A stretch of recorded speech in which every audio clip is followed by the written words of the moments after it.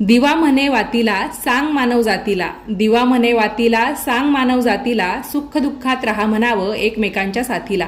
नमस्कार मंडळी, दिल्लीकर मराठी चॅनेलवर मी शीतल तुम्हा सर्वांचं अगदी मनापासून स्वागत करते। मंडळी, आपण प्रत्येक जण सकाळ संध्याकाळ देवपूजा करतो, देवासमोर दिवा लावत असतो। त्याचबरोबर आपण तुळशीजवळ दिवा लावतो, आपल्या मुख्य दारात दिवा लावतो। बरेच जण गाईच्या गोठ्यामध्ये सुद्धा दीपदान करत असतील। तर दिवा लावण्याचे काही महत्त्वाचे नियम या व्हिडिओत मी तुम्हाला समजून सांगणार आहे।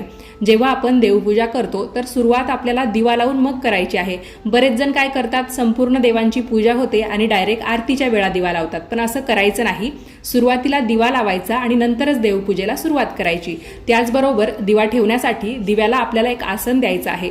तुम्ही एखाद्या प्लेटमध्ये थोड्याशा अक्षता ठेवून त्यावर सुद्धा दिवा ठेवू शकता, किंवा मग छोटासा चौरंग मिळतो त्यावर सुद्धा तुम्ही दिवा ठेवू शकता। सर्वप्रथम दिव्याला हळदी कुंकू लावायचं, त्यावर दिवा ठेवायचा आणि नंतरच पूजेला सुरुवात करायची।